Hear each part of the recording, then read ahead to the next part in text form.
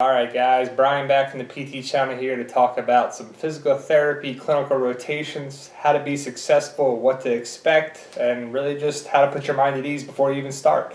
Now, I've been a student, and I've been a clinical instructor who has taken students, and I've seen it from both ends. So basically, as a student, I know you're worried about communication, getting there.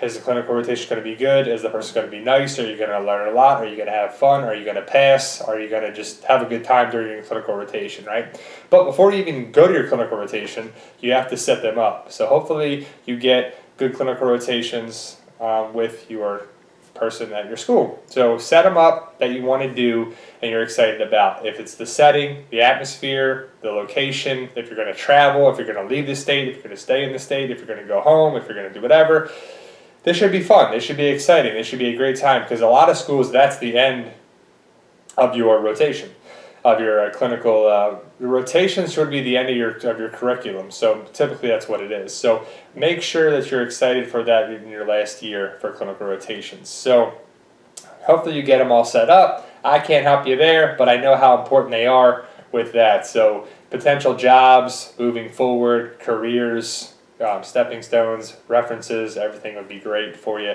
So your clinical rotations are very important. But before you even start your clinical rotations, you get them all set up, you get your list, the sheet of your rotations, and you get your email addresses and your phone numbers of the different rotations and the staff that you'll be working with. So take those emails and phone numbers and really use them. So first thing, your first rotation, I would set up the email of your first person about a couple weeks out. Don't do it a day or two before you start because the person might be on vacation right before you come away. They might not be in the office, so they might not check their email. Either way, if you email it to them, you're going to have time for the response. So I would do it probably 2 to 3 weeks prior to that if your school allows you to do that, but they should because you want to have communication with them of what to dress, how to get there, what to expect, lunches, what time your lunches are, do you bring a lunch, do you have restaurants around there or like that too, and really just to get your questions answered that you might have. So the questions I would recommend any student to ask is, what are your hours? Really, what's the drive like around there? Where do you park? Lunches, do you bring a lunch? Do you have a refrigerator, microwave, anything like that? And kind of what do you expect for your patient population and what you have recently for your rotation, for your treatments and your evaluations, so the patients. So don't ask, well, what do you usually have? What type of patients do you see? You see a lot of different patients. If a student asks me that, I can say, we see everything. It's outpatient orthopedics, expect to see everything.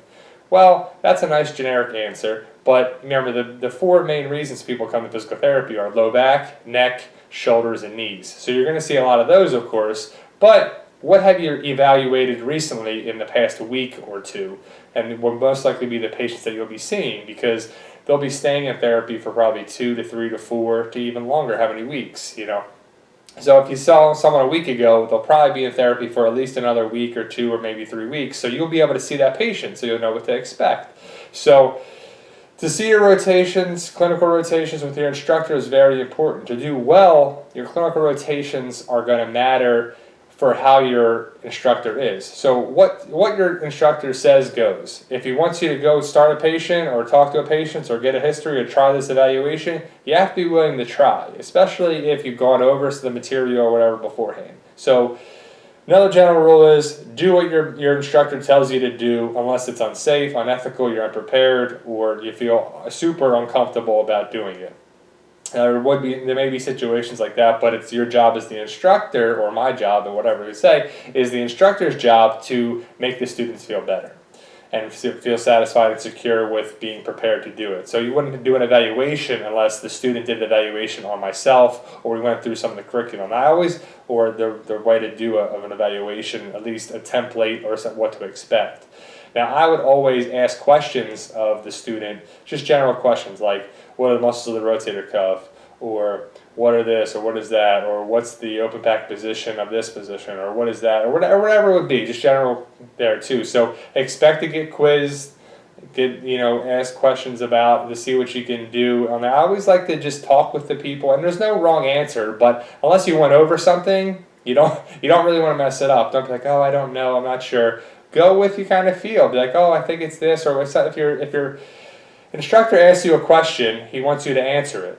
And do something effectively. Be confident in your answers. Be smart with it. If you don't know, got to look it up. Make sure you do so you'll never forget it, right? So to summarize all that I just said, I got to jump around a little bit. Sorry, I apologize for that. Is email your professor, email your instructors at the clinic a couple weeks out, because they might be on vacation, they might be out of the office, they might not respond to the email. If they don't get to you right away, relax. I know freaking out. You're like, oh my God, he didn't get back to me. Is he know I'm coming? Relax. I check my email every day so I get back to my students, but not every person staff does that, so I can't speak for them. But email your person a couple 2 to 3 weeks out from your clinical start date. Call the person if they didn't get back to you in about 5 or 6 days. Set up a time where you can go meet them if possible, if you're in the area, to check it out. Do a trial mock drive to see how far it is, to see what the traffic time is. Don't ever be late. Don't ever be late. If you're going to be late, you better call, or there better be an accident or some reason like that too, or set it up.